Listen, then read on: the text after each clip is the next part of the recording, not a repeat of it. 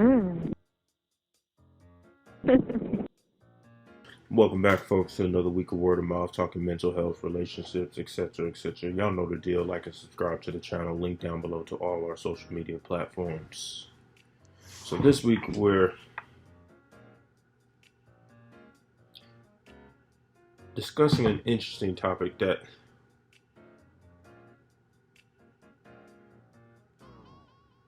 I won't say is a woman's fault, but I will say you'll have to learn and discern the value you have in a man's life.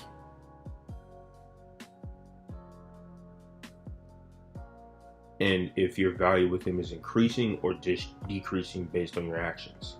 So I'm going to play the video and then we're going to go from there. How many men have subtracted the opportunity of you being a wife from you and you didn't even know it? Some of y'all don't understand that you would have been a wife by now if you didn't hold on to that man for as long as you did. That man didn't add anything to your life, but he took away the opportunity for you to find the man actually that God had for you, your marriage-minded man, the man that wanted to spend the rest of his life with you. You sacrificed that for a man that was night to night with you, a man that could be sometimesy with you, a man that halfway hit you up, a man that was in between blessings, a man that didn't learn his lesson after he fumbled you once and you gave him a second chance, he fumbled you again, so you gave him a third chance. How many of you right now that are watching ain't married because you gave that loser years of your life and children? You gave him children and years of your life, praying that eventually he turned into a man that you should have waited for.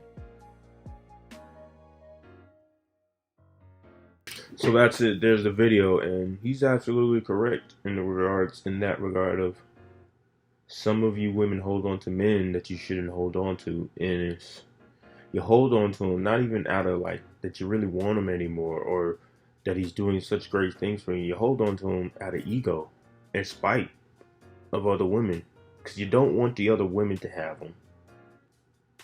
You don't want him. But it's like an ego boost or a competition thing that he's always coming home to you or he's there with you or you have his kids, and these women are just some things he's playing with for the time being. And while you think you're hurting these women, you're only hurting yourself because you're preventing yourself from ever finding somebody who values you enough to be a wife, to be a mother, to be this, to be that, to be more than just a baby mama. And I'll just say, for every kid you have outside of wedlock, dwindles your chances of ever finding a man that wants to marry you. I'll say it again. For every kid you have outside of wedlock, dwindles your chances of finding a man that wants to marry you. And let me explain why. It's one thing when you're married and you had kids, 1, 2, 3, however many kids you have, and then it doesn't work out for whatever reason, like Lord forbid your husband passes away, he finds another woman, he's abusive, physically abusive, for whatever reason he becomes an alcoholic, you know, the run-of-the-mill reasons as to why you divorce a man. That makes sense. Another man will see that, okay, you were married, you did this, you did that, and he sees how your kids are raised and how mannerable or presentable they are, and he would say, I can take a chance on that. But when you baby mama for 1, baby mama for 2, baby mama for 3, all it says to a man is, why did none of them wife pick you up? Why did none of them want to be with you long term?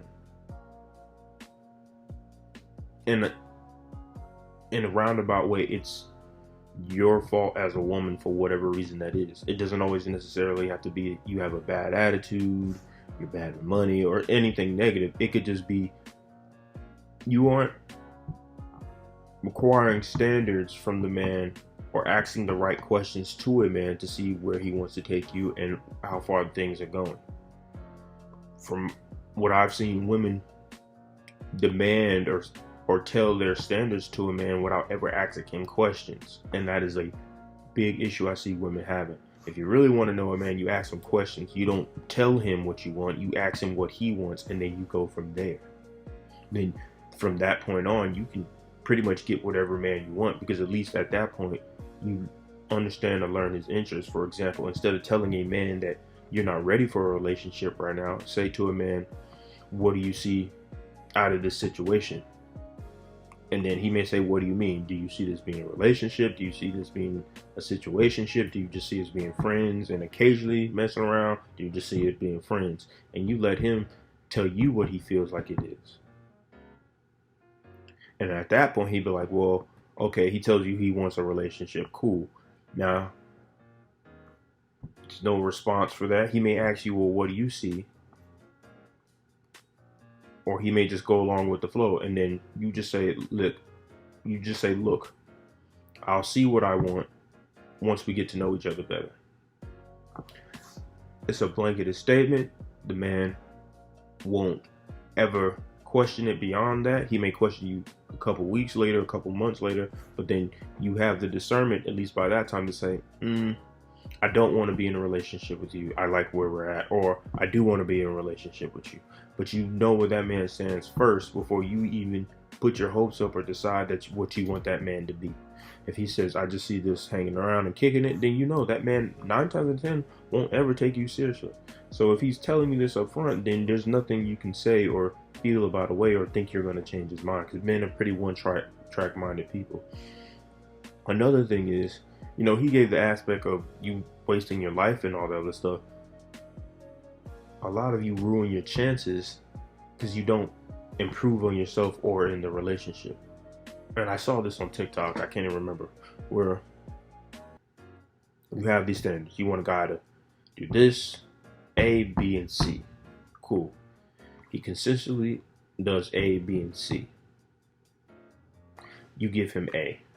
Now you giving him A, you want A, B, C, and D.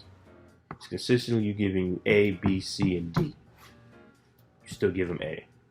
Now he's giving you A, B, C, D, and E, and you're giving A and B. And the pace at which you all are doing things will start to get to a man. Not to say it's a competition, but men can tell when you just feel like you don't have to reciprocate to an extent beyond what you're doing, or you're not even consistent with the extent of what you're doing. So these are things you have to be mindful of when you're saying you want to be a wife, you want a man to take you seriously. It's your ego, it's understanding the value the man has for you, and understanding that men don't necessarily want a pillow princess for a wife. But that's all I got to say about that. Like and subscribe.